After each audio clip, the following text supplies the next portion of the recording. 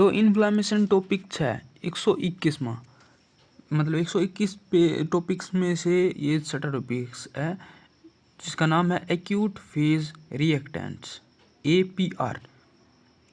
Body में inflammation start हुआ मतलब किसी टिश्यू में इंजरी हुई या इन्फेक्शन हुआ, वहाँ सबसे पहले कौन आया? मैक्रोफेज एक्टिवेट हुए। मैक्रोफेज क्या क्या होते हैं? टिश्यू का डिफेंसिव सेल्स होते हैं जो डेंजर को पहचानते हैं। मैक्रोफेज होते हैं जो टिश्यू के डिफेंसिव सेल होते हैं जो डेंजर को पहचानते हैं। मैक्रोफेज ने डेंजर देखा, उसने साइटोकाइंस रिलीज किया। साइटोकाइंस होता है, साइटोकाइंस सिग्नल देने वाले प्रोटीन मैसेंजर होते हैं। तो साइटोकाइन में सिग्नल देने वाले प्रोटीन मैसेंजर होते हैं। में कौन से होते हैं? IL-1 हो गया, IL-6 और TNF-A हो गया, ये साइटोकाइंस होते हैं। लोकल क्यों नहीं रुकते? ये साइटोकाइंस लोकल क्यों नहीं रुकते? क्योंकि इनका काम पूरा बॉडी को बताना होता है। ये लोकल क्यों नहीं रुकते? क्योंकि इनका काम पूरी बॉडी को बताना होता है कि इन्फ्लामेशन चल रहा है, इसलिए ये ब्लड में गए, ब्लड से लीवर तक पहुँचे और लीवर को सिग्नल मिला। अब टर्निंग पॉइंट है, मतलब लीवर ने साइटोकाइंस का सिग्नल रिसीव किया।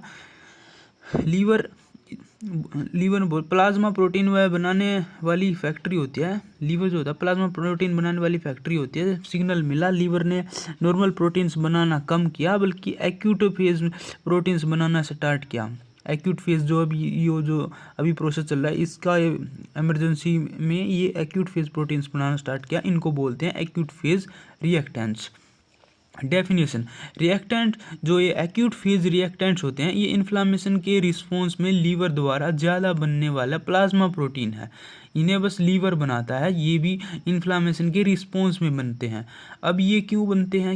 इनका जो रियल रोल होता है, बॉडी का गोल क्या है? जो इन्फेक्शन को जल्दी कंट्रोल करना, इन्फेक्शन को कंट्रोल करना है इन्फ्लामेशन से। टिश्यू डैमेज की लिमिट को रोकना है और इसी काम में हेल्प करता है। मेन जो एक्यूट फेज रिएक्टेंट्स है उनकी फुल चेन होती है। C reactive protein, CRP, C reactive protein. Liver ने CRP बनाया, CRP ब्लड में गया। CRP क्या करता है? बैक्टीरिया की सरफेस से चिपक गया, जाके चिपक जाता है। आजा बेटा, चिपक गया। चिपकने का फायदा है जो फैगोसाइट को बैक्टीरिया इजीली दिखता है। ठीक है, ये प्रोसेस क्या कहलाता है? ओप्सोनाइजेशन, मतलब जो माइक्रोब को फैगोसाइटिस के लिए टेस्टी बनाना। मतलब ये फैगोसाइटिस जो होते हैं बैक्टीरिया, ये जो इनको खा जाते हैं, मतलब किल कर देते हैं। फैगोसाइटिस फास्ट होगी तो इन्फेक्शन कंट्रोल फास्ट होगा, इसलिए CRP ज़्यादा तो एक्यूट इन्फ्लामेशन का सबसे सेंसिटिव मार्कर है। ठीक है, तो फिब्रिनोजन, लीवर ने फिब्रिनोजन बनाया। फिब्रिनोजन क्लोट बनाने वाला प्लाज्मा प्रोटीन होता है। तो फिब्रिनोजन क्या करता है? RBC एक दूसरे से चिपकने लगे हैं, तो RBC चिपके तो उसे रोलेक्स फॉर्मेशन हुआ, मतलब रोलेक्स फॉर्मेशन, मतलब कॉइन स्टिक जैसा शेप हो गया है। तो रोलेक्स हैवी तो जल्दी नीचे बैठेगा, ECR बढ़ेगा तो इरिथ्रोसाइट सेडिमेंटेशन रेट जो होगा ये बढ़ेगा, तो इसलिए ESR इन्फ्लामेशन में बढ़ता है।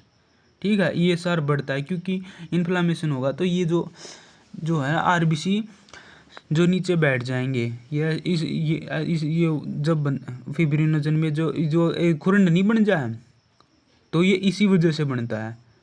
ठीक है, ESR इन्फ्लामेशन में बढ़ता है।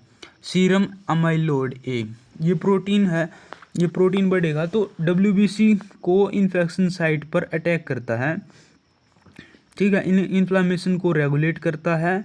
अगर ये लॉन्ग टाइम पे रहा तो अमाइलोडोसिस का रिस्क, मतलब जो अमाइलोइड प्रोटीन डिपोजिशन होगा इन ऑर्गन्स में, उसका रिस्क बढ़ा देता है। कौन बढ़ा देता है? ये जो क्या कहते हैं इसे? Serum amyloid A। ठीक है, हेप्टोग्लोबिन होता है फ्री हेमोग्लोबिन को बाइंड करता है। हेप्टोग्लोबिन फ्री HB कौन क्यों डेंजरस है? क्योंकि किडनी डैमेज करता है, तो बाइंड करना जरूरी है हेमोग्लोबिन को। ठीक है, ये हेप्टोग्लोबिन है, तो बाइंड करके क्या होगा? टिश्यू प्रोटेक्शन हो जाएगा। नेगेटिव एक्यूट फेज रिएक्टेंट होते हैं, कुछ प्रोटीन्स कम भी होते हैं। क्यों? लीवर अपना फोकस APR बनाने में लगा देता है, APR बताया तो था ऊपर, इसलिए एल्ब्यूमिन और ट्रांसफरिन नहीं बनते हैं। तो फुल फॉर्म होता है लोकल इन्फ्लामेशन होता है, मैक्रोफेज एक्टिवेशन होता है, फिर साइटोकाइंस रिलीज होते हैं, ब्लड से लीवर सिग्नल पहुंचाता है और लीवर एक्यूट फेज प्रोटीन बनाता है। ये protein EAPR acute phase protein बनाता है। CRP इन्फेक्शन कंट्रोल, ये लीवर से रिग्रेट होता है। इससे क्या होता है, फिब्रोजन बढ़ेगा, ESR बढ़ेगा, ESR बढ़ेगा तो सिस्टम इन्फ्लामेटरी रिस्पॉन्स, मतलब वहाँ पे खुरानी जम जाएगा। Clinical connection, acute infection, CRP मतलब एक्टिव इन्फ्लामेशन, ठीक है, CRP बढ़ेगा तो एक्टिव इन्फ्लामेशन है। क्रोनिक इन्फ्लामेशन है तो ESR, long term inflammatory process होती है ये, ESR बढ़ेगा, ठीक है। नोट सेट पे रैपिड फायर है। एक्यूट फेज रिएक्टेंट के लिए साइट कौन सी होती है, लीवर से कौन सा निकलता है, CRP, मोस्ट सेंसिटिव जो एक्यूट इन्फ्लामेशन का CRP निकलता है। ESR क्यों बढ़ता है, क्योंकि फिब्रिनोजन बढ़ जाता है तो रोलेक्स फॉर्मेशन होता है, रोलेक्स फॉर्मेशन होता है। नेगेटिव APR का एग्जांपल, नेगेटिव APR का एल्ब्यूमिन है और एक और था ऊपर एल्ब्यूमिन और ट्रांसफेरिन, ये नेगेटिव के हैं। Ultra short memory code CRF+H positive, CRP Rolex formation, Rolex किसके होता है, फिब्रिनोजन का और ESR का। फिब्रिनोजन F और H से एप्टोग्लोबिन जो कि बाइंड करता है हीमोग्लोबिन को। नेगेटिव एल्ब्यूमिन और ट्रांसफरिन। कॉन्सेप्ट है, एक्यूट फेज रिएक्टेंट का रियल मतलब है लोकल इन्फ्लामेशन को लीवर तक पहुंचाना हुआ अलार्म, ठीक है। लीवर ती अलार्म बजाना है ताकि वो CRP रिलीज कर दे। अगर आप कनेक्शन देखना तो भाई अच्छा जाइए रह रखे सही। लोकल इंजरियों की टॉपिक फाइल्स में ये पढ़ दिया, ये बताओ पढ़ रखे तुमने, ठीक है। अब अगला करते हैं भाई।